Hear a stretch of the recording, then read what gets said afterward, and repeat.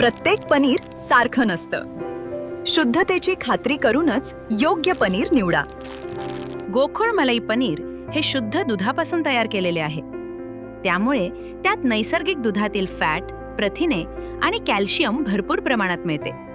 काही पनीर वनस्पतीजन्य तेल, स्टार्च किंवा इतर घटकांपासून तयार केलेले असू शकते। म्हणून ग्राहक म्हणून जागरूक व्हा आणि पनीर घेताना गोकुळच मागा। शुद्धतेचा विश्वास, चवीचा आनंद। आजच घरी आणा गोकुळ मलाई पनीर।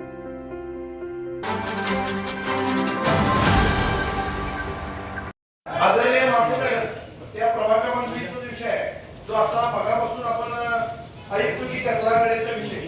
आयुक्त साहेब, कचरा गाड्या उपलब्ध नसल्यामुळे किंवा अनेक अडचणी निर्माण झाल्यामुळे लोक काय करतात, बऱ्याच दिवस कचरा आरोग्याचा प्रश्न निर्माण होऊन घरातली लेडीज कुठेतरी घेऊन टाकण्याचा प्रयत्न करते की आपल्या मुलाबाळांना कुठला आजार होणार।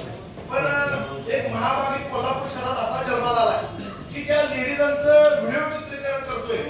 आता महापौर मॅडमच्या प्रभागात सुद्धा त्याचं चित्रीकरण केलं होतं। 5 दिवस गाडी नाही आणि एखाद्या नगरसेवकाची बदनामी असेल किंवा प्रभागातील कुठली महिला असेल तर तिचं व्हिडिओ चित्रीकरण करायचं आणि ते नेटवर टाकायचं। त्याचं व्ह्यू कशा पद्धतीने जास्त मिळतील हा त्याचा जास्त असतो।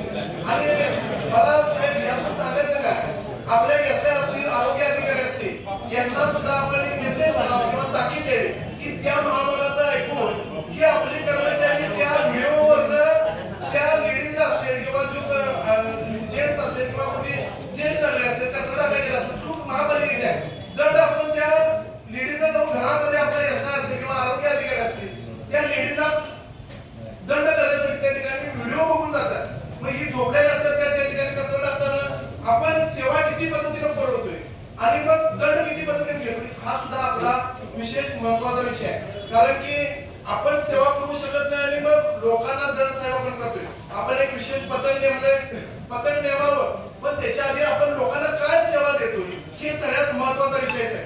कारण की एखाद्या महिलेचं चित्रीकरण करून व्हॉट्सअपवर टाकणे